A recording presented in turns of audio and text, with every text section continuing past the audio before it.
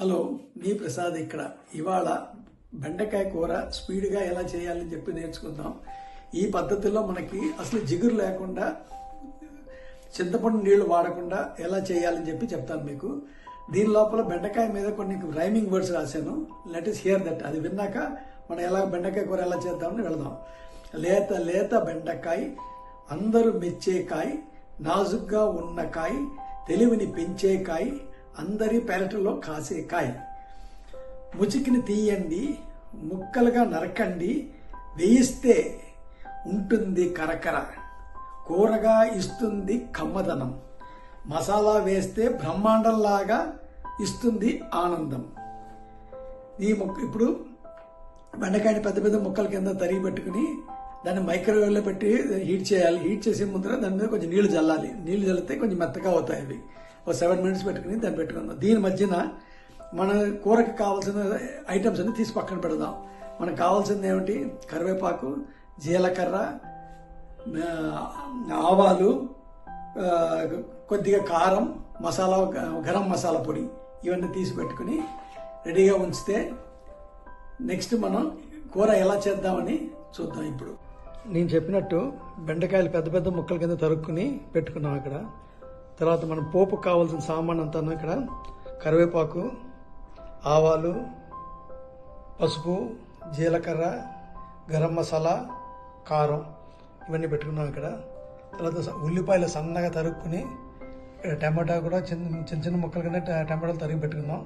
కొద్దిగా ఈ బెండకాయలు మనం మైక్రోవేవ్లో పెట్టి లోపల కొద్దిగా నీళ్లు జల్లేసి అప్పుడు దీన్ని లోపల పెట్టాలి.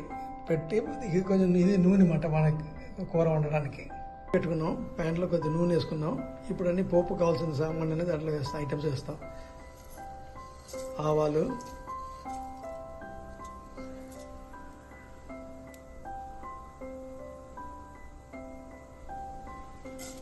జీలకర్ర,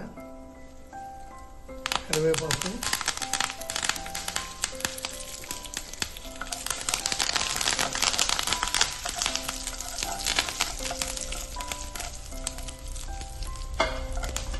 దీంట్లో ఇప్పుడు మనం ఉల్లిపాయలు వేసి వేయిస్తాం. పోపు కొంచెం అయ్యాక ఉల్లిపాయ వేసి కొంచెం ఎర్రగా ఉన్నట్టు ఉల్లిపాయలు వేయించుకుంటాము.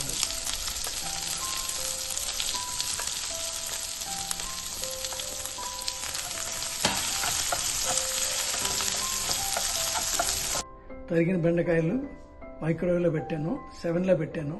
పెట్టి ఇప్పుడు దీన్ని స్టార్ట్ చేస్తాం. ఇప్పుడు ఇది మైక్రోవేవ్ చేసిన బెండకాయ ముక్కలు. మీకు అసలు జిగురు ఉండదు. మైక్రోవేవ్ చేసిన వల్ల మీకు జిగురు లేదు. దానివల్ల మీరు చింతపండు నీళ్ళు కూడా వాడక్కర్లేదు. ఇప్పుడు మన ఉల్లిపాయలు ఎర్రగా వేగాయి. మనం దీంట్లో టమాటాలు వేసి కలుపుదాం.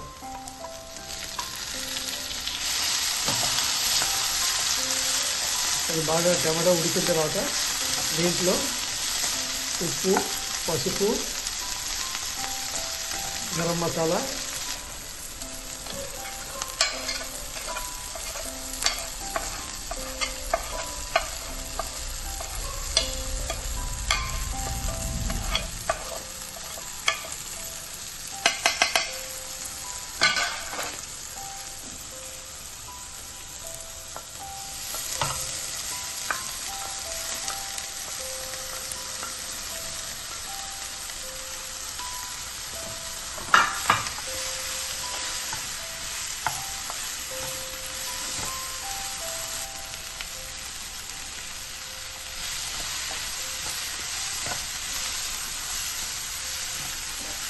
మనం కొద్దిగా పైన ఆయిల్ వేసి మూతేసి ఉంచుతాం.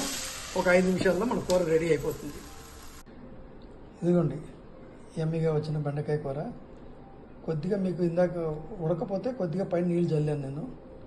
వెళితే బాగా మెత్తగా చక్కగా వస్తుంది. అది మీరు అన్నాల్లో కలుపు తినచ్చు, లేకపోతే చపాతీలతో కూడా నంచు తినచ్చు. చాలా బాగుంటుంది. మీ ఫీడ్బ్యాక్ ఇవ్వండి. Thank you very much.